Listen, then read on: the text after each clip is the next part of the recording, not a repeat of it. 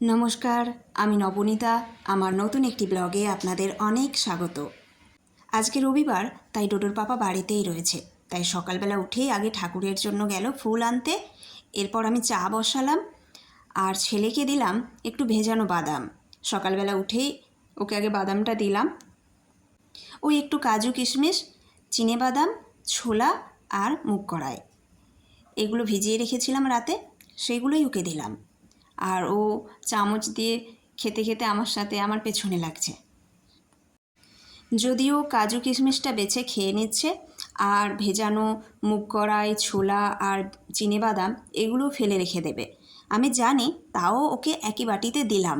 কারণ ছোটোবেলা থেকেই, যখন থেকে আমার ছেলে দাঁতে কেটে নিজে নিজে কেটে আর কি খেতে শিখেছে, চিবিয়ে খেতে শিখেছে, তখন থেকে ও কাজু আর আমন্ড এই দুটো খেয়ে নিত। মানে এগুলো প্রথম বরাবরই খেতে ভালোবাসে, কিন্তু কিশমিশটা খেত না। কিন্তু আমি তাও ওর বাটিতে কিশমিশটাও দিতাম।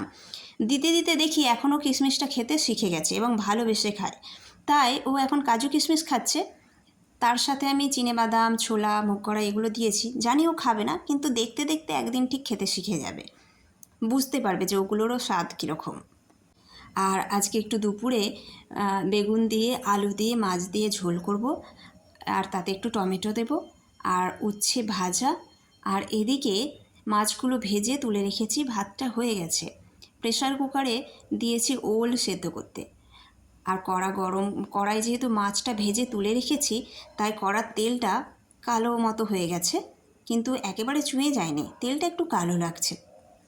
মাকে ছোটোবেলায় দেখতাম মাছ ভেজে তুলে রাখার পর সেই কড়াতেই মাছের যদি সর্ষে দিয়ে ঝাল বানাতো বা কোনো মাছের ঝোল বানাতো, সেই কড়াতেই ঝোলের সবজিগুলো তুলে দিত।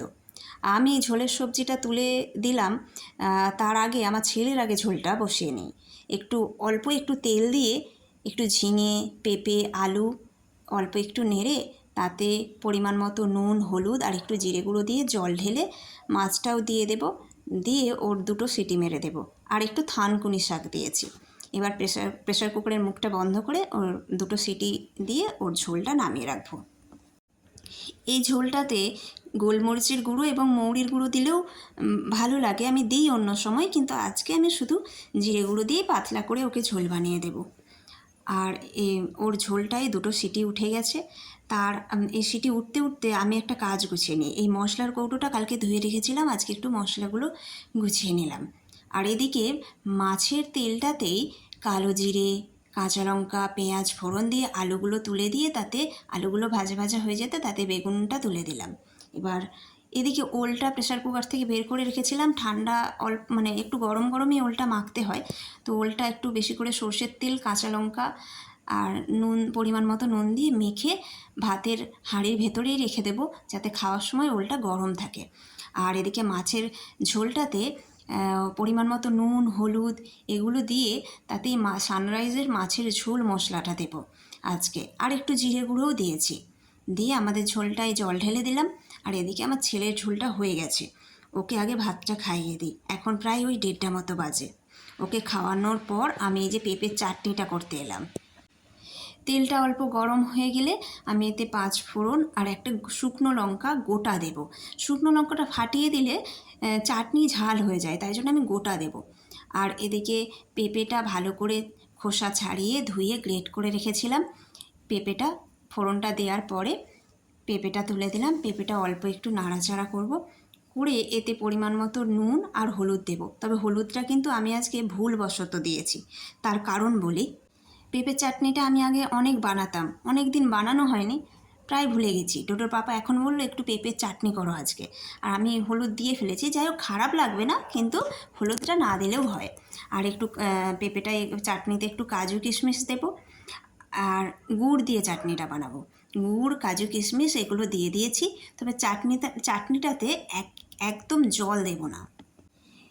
এই চাটনিটা প্রায় 15 দিন মতো বানিয়ে ফ্রিজে রেখে দিলে বেশ ভালো থাকে, কিন্তু আমি যখন খাই তখনই বানিয়ে নিই আর কি। তবে আমি এবার বানিয়ে রাখবো ভাবছি। আর চাটনিটা নামানোর আগে যখন দেখবো একটু গুড়টা একটা তার কাটছে, তখন মোটামুটি চাটনিটা রেডি হয়ে গেছে। নামানোর আগে একটু লেবুর রস চিপে দিলাম। আর একটা ভাজা মশলা রয়েছে, ওই ভাজা মশলাটা দিয়ে দিলাম, ব্যাস চাটনিটা হয়ে গেছে। এবার নামিয়ে নেব। তবে একটু শুকনো শুকনো করেছি আজকে। ডুডুর পাপাকে উচ্ছে ভাজা, ওল ভাতে আর মাছের ঝোল আর চাটনি দিয়ে ভাতটা দিয়ে দিলাম। ওর পাপা আর আমি দুজনেই ভাতটা খেয়ে নেব। আমার ছেলের তো খাওয়া হয়ে গেছে, ও এখন খেলছে, আমরা একটু খেয়ে নিই বসে, আজকে অনেক কাজ আছে। ওর পাপা আজকে যে বাজারে গেছিলো, আগেই বলেছি, আমার আগের ব্লগে বলেছি, রবিবার দিনটাই বাজারে যায়, আর সারা সপ্তাহে বাজার করার সময় পায় না। তো আজকে যা কিছু বাজার করে এনেছে, একটু ক্যাপসিকাম, ঢ্যাঁড়স, কাঁকরোল, পটল, গাজর, ভেতরে ঝিঙে, একটা ছোট্ট লাউ, বেগুন, টমেটো, উচ্ছে, এইগুলো এনেছে, আর একটু আলু আর আদা আর বরবটি, পেঁয়াজ রসুনটা আছে, কাঁচা লঙ্কা, ডিম, এগুলোই এনেছে। তবে আমি আগের ব্লগে যেমন দেখিয়েছি যে আমি বাজার থেকে সবজি আনার পর সবজিগুলোকে ভালো করে ধুয়ে তারপর জল ঝরিয়ে তারপর ফ্রিজে ভরে রাখি, কিন্তু আজকে আর সময় হচ্ছে না, তাই এইভাবে একসাথে রেখে দিয়েছি আলুর ঝুড়িতে। আপাতত সবজিগুলো এইভাবেই রেখে দিলাম। তারপর খাওয়া দাওয়ার পর আমি একটু সেই তুলসী গাছগুলো অনেক দিন থেকে লাগানোর ইচ্ছে ছিল, তো তুলসী গাছগুলো আজকে ভালো করে সব লাগালাম। আমার ইচ্ছে আছে একদম অনেকগুলো তুলসী গাছ হবে, যাতে রোজ আমি ঠাকুরকে সেবা দিতে পারি। আর দূরের পাহাড়টা দেখায়, ওই যে দূরের পাহাড়ে একদম মেঘ মেঘ জমে আছে, মেঘ ভেসে বেড়াচ্ছে, একেবারে বোঝা যাচ্ছে আজকে, কিন্তু অন্যদিন অতটা বোঝা যায় না। যেমন এই দিকের পাহাড়ের ওপরে কিন্তু মেঘ নেই, ওই দিকের পাহাড়টায় যে মেঘ আছে। এখন প্রায় এই 6:30 মতো বাজে, মানে সন্ধে হওয়ার আগের মুহূর্ত এটা, কিন্তু এখনও সন্ধে হতে দেরি আছে, এখন তো অনেকটা দেরি করে সন্ধে হচ্ছে। তাই ওই পাহাড়টাতে একদম বোঝা যাচ্ছে যে মেঘ পাহাড়ের ওপর ভেসে বেড়াচ্ছে। ইতিমধ্যে এক পশলা বৃষ্টি হয়ে গেছে, কিন্তু আরও বৃষ্টি হবে, সেটা মেঘ দেখে বোঝা যাচ্ছে। দাঁড়ান, এই মেঘ ভেসে বেড়াচ্ছে দেখে আমার একটা কবিতার কথা খুব মনে পড়ছে, সেটাই আজকে আপনাদেরকে শোনাবো। মেঘ বলল, যাবি? অনেক দূরে গেরুয়া নদী, অনেক দূরের একলা পাহাড়, অনেক দূরের গহন সেবন, গেলেই দেখতে পাবি। যাবি? জানলা দিয়ে মুখ ঝুঁকিয়ে বলল সে মেঘ, যাবি? আমার সঙ্গে যাবি? দিন ফুরিয়ে রাত ঘনাবে, রাত্রি গিয়ে সকাল হবে, নীল আকাশে উড়বে পাখি, গেলেই দেখতে পাবি। যাবি? শ্রাবণ মাসের একলা দুপুর, মেঘ বলল, যাবি? আমার সঙ্গে যাবি? কেমন করে যাব রে মেঘ, কেমন করে যাব? নিয়ম বাঁধা জীবন আমার, নিয়ম ঘেরা এধার ওধার, কেমন করে নিয়ম ভেঙে এ জীবন হারাবো? কেমন করে যাব রে মেঘ, কেমন করে যাব? মেঘ বলল, দূরের মাঠে বৃষ্টি হয়ে ঝরব, সবুজ পাতায় পাতায় ভালোবাসা হয়ে ঝরব, শান্ত নদীর বুকে আনবো জলোচ্ছ্বাসের প্রেম, ইচ্ছে মতো বৃষ্টি হয়ে ভাঙবো, ভেঙে পড়ব। এই মেয়ে, তুই যাবি? আমার সঙ্গে যাবি? যাব না মেঘ, পারবো না রে যেতে, আমার আছে কাজের বাঁধন, কাজেই থাকি মেতে। কেবল যখন ঘুমিয়ে পড়ি তখন আমি যাই, সীমার বাঁধন ডিঙিয়ে দৌড়ে এক ছুটে পালাই। তখন আমি যাই, স্বপ্নে আমার গেরুয়া নদী, স্বপ্নে আমার সুনীল আকাশ, স্বপ্নে আমার দূরের পাহাড়, সব কিছুকে পাই। জাগরণের এই যে আমি কৃতদাসের মতন, জাগরণের এই যে আমি এবং আমার জীবন, কাজ অকাজের সুতোই বোনা মুখোশ ঘেরা জীবন। তবুরে মেঘ যাব, একদিন ঠিক তোরই সঙ্গে, শ্রাবণ হাওয়ায় নতুন রঙ্গে, যাব রে মেঘ যাব। সেদিন আমি শিমুল পলাশ ভিজব বলে যাব, পাগল হাওয়ায় উতল ধারায় আমায় খুঁজে পাব। যাব রে মেঘ যাব, যাব রে মেঘ যাব, যাব রে মেঘ যাব। কবিতাটা কেমন লাগলো কমেন্ট করে জানাবেন। আর আজকে সন্ধেবেলা একটু পাস্তা বানাবো, বাটার দিয়ে বানাচ্ছি। প্রথমে কড়ার মধ্যে বাটারটা দিয়ে তাতে একটু সাদা জিরে ফোড়ন দিলাম, দিয়ে একটু সাদা জিরেটা অল্প নেড়ে চেড়ে, বাটার তো বেশি গরম করা যায় না, তাতে বাটারটা আস্তে আস্তে ঘি হয়ে যায়, তো সেই জন্য বাটার বেশি গরম করব না, কিন্তু অল্প একটু গরম হলে তাতে জিরে ফোড়নটা দিয়ে জিরেটা অল্প একটু নেড়েই তাতে আমি সবজিগুলো দিয়ে দেবো। আজকে আমি একটু বাঁধাকপি, পেঁয়াজ, ক্যাপসিকাম, যারা পেঁয়াজ খাবে না তারা নাও দিতে পারে, পেঁয়াজটা অ্যাভয়েড করা যায়। আর একটু গাজর দিয়ে এটা সবজিটা একটু ভালো করে নেড়ে নেব। একটু নুন দিয়ে দিয়েছি, আর নুন দেওয়ার ফলে বাঁধাকপির জলটা বেরিয়ে গেছে। তবে ঢাকা দিয়ে নাড়বো না কিন্তু। আর সবজিটা ভাজা হতে হতে আমি এদিকে সসটা রেডি করে নিই। টমেটো সস, আর তারপরে রয়েছে ডান দিক থেকে, তারপরে এটা শেজওয়ান সস, তারপরে এটা সয়া সস, তারপরে এই যে সয়া সসের পরে ওটা পাস্তা সস। 4টে সস একসাথে আমি 1 ছিপির মতো জল দিয়ে একটু রেডি করে রাখলাম। আর পাস্তাটা আগে থেকে সেদ্ধ করে রেখেছিলাম, আর পাস্তায় আজকে আমি এই পাস্তা মশলাটা দেবো।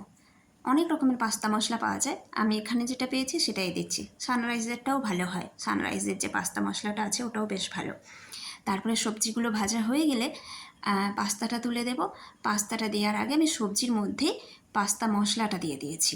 তারপরে পাস্তাটা তুলে দিয়ে, পাস্তাটা তো ভালো করে সেদ্ধ করা আছে, পাস্তাটা তুলে দিয়ে তারপরে সসটা দিয়ে পাস্তাটাকে 2-3 মিনিট নাড়াচাড়া করে নামানোর আগে আমি আবার একটু বাটার দিয়ে নামাবো। কারণ যেহেতু এটা একেবারেই মানে ভেজ পাস্তা, ডিম দিচ্ছি না, তাই জন্য নামানোর আগে আমি একটু বাটার দিয়ে নামালাম, তাতে টেস্টটা খুব ভালো হয়।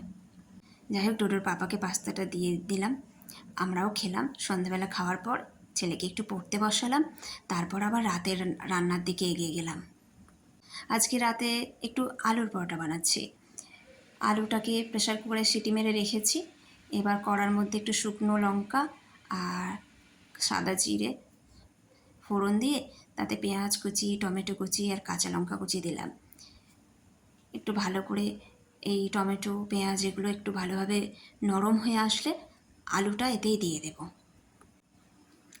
টমেটোটা একটু হালকা আঁচে ভালোভাবে ভাজতে হবে, যাতে একেবারে গলে নরম হয়ে যায়, মানে নরম হয়ে গলে যায় আর কি। তারপর আলুটা দিয়ে দিলাম। আলুটা দিয়ে একটু নেড়ে নেব, যাতে কোনো রকম জল না থাকে। আলুর পরোটার যে আলুর পুরটা বানাবো সেটা একদম শুকনো শুকনো হবে। চন্দ্রমুখী আলু হলে খুব ভালো হয়, কিন্তু এখানকার আলু জানি না কীরকম, একটা আমাদের ওখানকার আলুর মতো না। কলকাতায় আমরা যেরকম আলু পাই, জ্যোতি, চন্দ্রমুখী, এগুলো আলাদা আলাদা করে যেমন কলকাতায় পায়, এখানে তো পায় না। ডুডুর পাপা কিনতে যায়, ও তো তাই বলে যে এখানে একরকম আলুই পাওয়া যায়। এবার এই ভাজা মশলাটা দিয়ে দিলাম। এবার আলুটা ভালো করে নেড়ে চেড়ে তারপরে নামিয়ে ভালো করে আলুর পুরটা বানিয়ে নেব। আলুটাকে একদম ম্যাশ করে নেব। একটু ঠান্ডা করব তার আগে, কারণ গরম পুর তো আর ভরা যাবে না, তাই জন্য ঠান্ডা করে আলুটাকে ম্যাশ করে নেব। আর অবশ্যই পরিমাণ মতো নুন তো আমি দিয়েছি।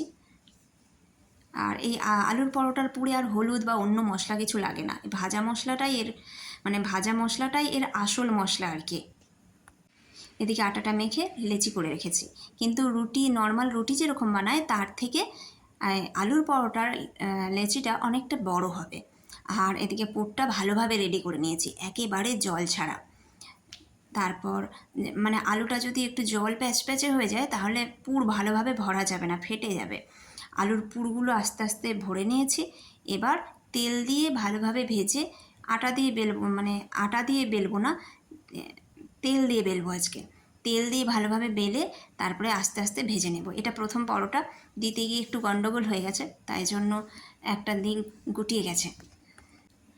তবে এইভাবে আস্তে আস্তে পরোটাগুলো পরোটাগুলো আস্তে আস্তে বেলে ভালোভাবে ভেজে নেব। তবে আটা দিয়ে বেলতে গেলে দেখেছি আমার পুর বেরিয়ে যায়, তাই জন্য আমি তেল দিয়েই বেলি। এইভাবে দুটো পিঠ ভালোভাবে সেঁকে তারপর তেলটা দেব।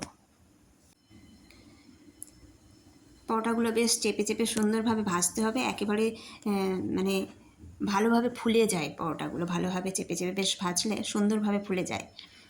এরকমভাবে আমি বেলে নিচ্ছি প্রত্যেকটা পরোটা, তারপর আস্তে আস্তে ভেজে নিচ্ছি। আমার ছেলেও আমার সাথে কত আটা মাখলো। প্রত্যেক দিন আমি যখন আটা মাখাই তখন আমার ছেলেও আমার সাথে আটা মাখে।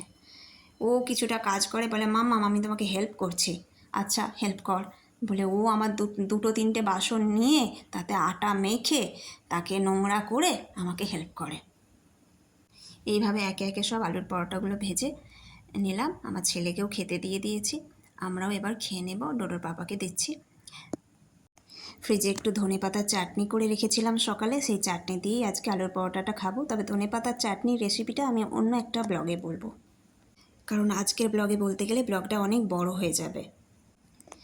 সবাই ভালো থাকবেন, সুস্থ থাকবেন। আর আপনি যদি আমার চ্যানেলে নতুন হয়ে থাকেন তাহলে চ্যানেলটি সাবস্ক্রাইব করে পাশে থাকার অনুরোধ রইল।